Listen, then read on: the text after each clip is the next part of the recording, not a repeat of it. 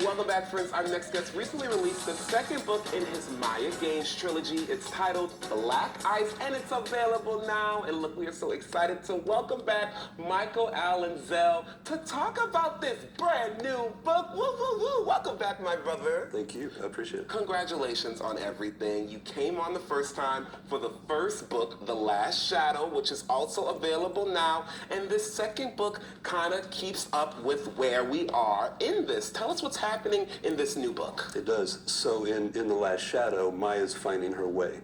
And in fact, with the colors, red, it's sort of the sun rising, it's the sun setting. The blue in this, it's midnight blue.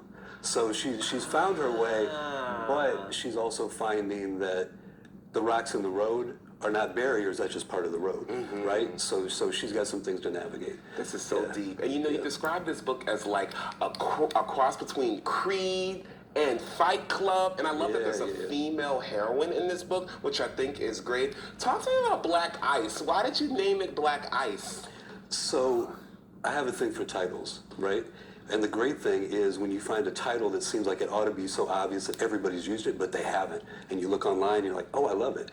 At the end of Shadow, it was alluded to that was her nickname. Because in this stressful situation, she doesn't just tread water, she excels in that. So like she's, her ice in the blood kind of thing.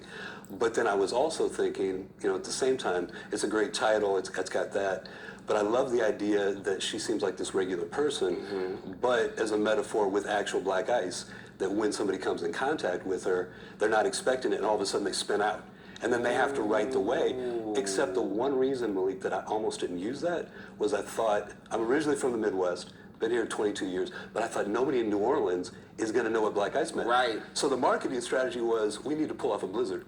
So everybody 10 inches in 10 hours. It was me. It was you? It was me. All this stuff, all this blizzard? stuff. So everybody knows what black ice is. I know people that literally broke bones because they were playing day two when the snow was gone. And what I think is so great about this book is that, like I mentioned, it's a female heroine. Is this her at the front?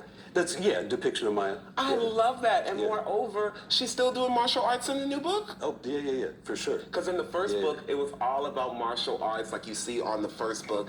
She's doing it all, The Last Shadow, so good. I recommend this one as well. But I love how you're always thinking about what new universal themes can I share, because this is a great book for young adults. Family is really big in the new book. Family's big. In Shadow, family kind of blown up. That's why she had to find her way.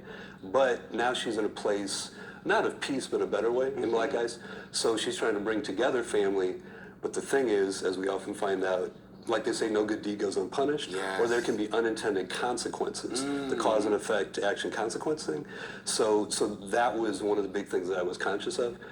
She's not fully ready to sort of forgive her parents, but she's doing a little toe in the water for that. And I am always so impressed by people who write fiction, because it's like, how do you come up with these ideas and moreover, not create not just one, but two books? So when you were writing The Last Shadow, right, did you already knew the second book was going to be called Black Ice, and you're making this a trilogy, so do you already know what the third title is going to be? Like, how do you do that? When I started with Shadow, I identified with her teacher, Julius Mosley, because he was this guy who lived by a code. I kind of liked him, and he was this male character. So that was, to me, he was the main guy. But then little by little, this was before the cover, I just had the title, I realized, you know what, this took months of edits. No, this is Maya's story. It didn't come to me right away because it's not something that's my background, right? So once I hit, like, oh, this is Maya's story, then the fun thing was more discovery, because her life and her story is not my own, right? But I don't want all the characters like me. That's no fun. That's no fun.